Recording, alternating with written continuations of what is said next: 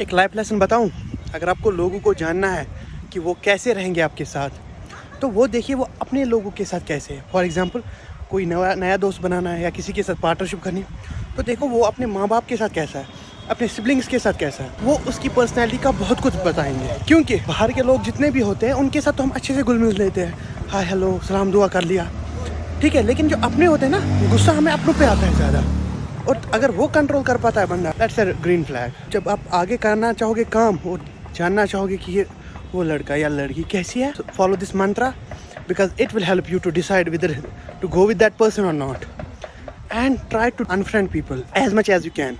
वो कहते हैं ना, छोटा सर्कल बहुत अच्छा सर्कल रहता है। I am going through that stage in my life जहाँ पे I am unfollowing people because they are neither commenting posts, neither they are showing any response. So people often message me, why you have unfollowed, and I'm not giving reply. Stop giving reply. You don't owe any reply to anyone anymore. So this is a good lesson, and check करो कि आगे वाले बंदा अपने माँ बाप के साथ, अपने siblings के साथ, अपने relatives के साथ कैसा है. It will tell a hell of a story about that person.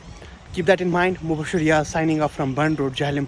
I hope you learned a lesson, and I hope you will follow and share this story to someone else. Signing off.